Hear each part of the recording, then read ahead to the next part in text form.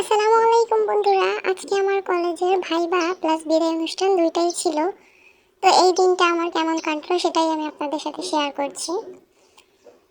এই দিনটা একটা স্মরণীয় দিন, আমাদের কলেজের থেকে বিদায় নেওয়ার দিন। যদিও কেউ মাস্টার্স করে তাহলে তো সে আবারও যাবে, কিন্তু অনেকেই হয়তো আর পড়বে না, তার এখানেই শেষ। তো এই দিনটা খাওয়া দাওয়া, অনুষ্ঠান, ভাইবা মিলিয়ে ভয় সব কিছু কেমন ছিল এগুলোই শেয়ার করছি। প্রথমে যে আমার কলেজে যেতে হবে, যেহেতু সংসার আছে আমার, তো আমার কাজবাজ করেই যেতে হবে। এই জন্য আমি সকাল সকাল ঘুম থেকে উঠলাম। অন্য দিনের তুলনায় একটু আগে উঠেছি। ওঠার পরে সকালে নাস্তা তৈরি করতে চলে যাব।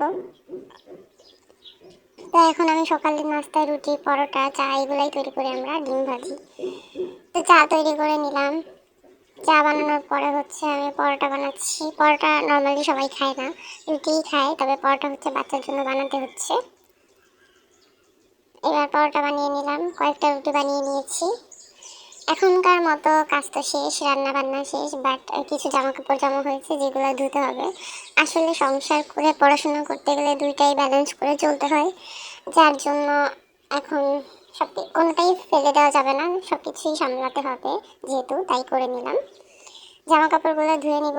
ধুয়ে এগুলো আমি মেলে দিয়ে এসেছি ছাদে। তারপরে আমার রেডি হওয়ার পালা, যেটা আমি তোমাদের দেখাচ্ছি না। রেডি হয়ে গিয়েছিলাম, তারপরে বেরিয়ে পড়লাম এই যে কলেজের উদ্দেশ্যে। এখন যেহেতু আজকে আমার বিদায় অনুষ্ঠানের পাশাপাশি ভাইবাও আছে, আমার একটু ভয় ভয় লাগছিল।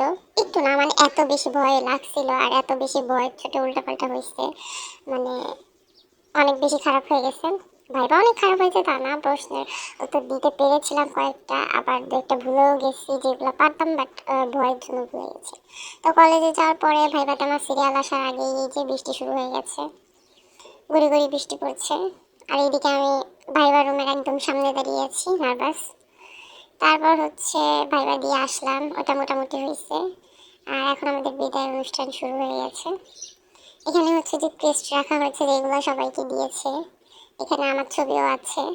তারপরে সবার বিদায় অনুষ্ঠানের এখানের কাজ সম্পন্ন হওয়ার পরে খাওয়া দাওয়ার আয়োজন করা হয়েছিল। কলেজ থেকে সবাইকে বিরিয়ানি প্যাকেট, পানি এগুলো বিলি করা হচ্ছিল এখানে। এইগুলো দেওয়া হয়ে গেলে, যেহেতু আমি আমার বাচ্চা নিয়ে গিয়েছিলাম, তাই তাড়াতাড়ি বেরিয়ে পড়লাম, বেশিক্ষণ থাকতে পারিনি, কারণ এখানে আরও অনেক মজা করবে, আর অনুষ্ঠান করবে, যেটা আমার দ্বারা থাকা সম্ভব না। তো আমি এগুলা নিয়ে এবার বেরিয়ে পড়লাম। বের হওয়ার পরে আবার বাচ্চা বলছে যে সে রেস্টুরেন্টে যাবে, সে কিছু খাবে। এখন আমার কাছে তো বিরিয়ানির প্যাকেট ছিল, যেটা আমরা রেস্টুরেন্টে যে খুলেছি, আর সাথে রেস্টুরেন্ট থেকে চাপ আর নান রুটি এগুলো অর্ডার দেওয়া হয়েছে, তাই ওরা খাচ্ছিল আর আমি এটা খাচ্ছিলাম। তারপরে এইভাবেই দিনটা কাটলো, খাওয়া দাওয়া, বিদায় নেওয়ার শেষে বাড়ি চলে আসলাম। ধন্যবাদ সবাইকে দেখার জন্য।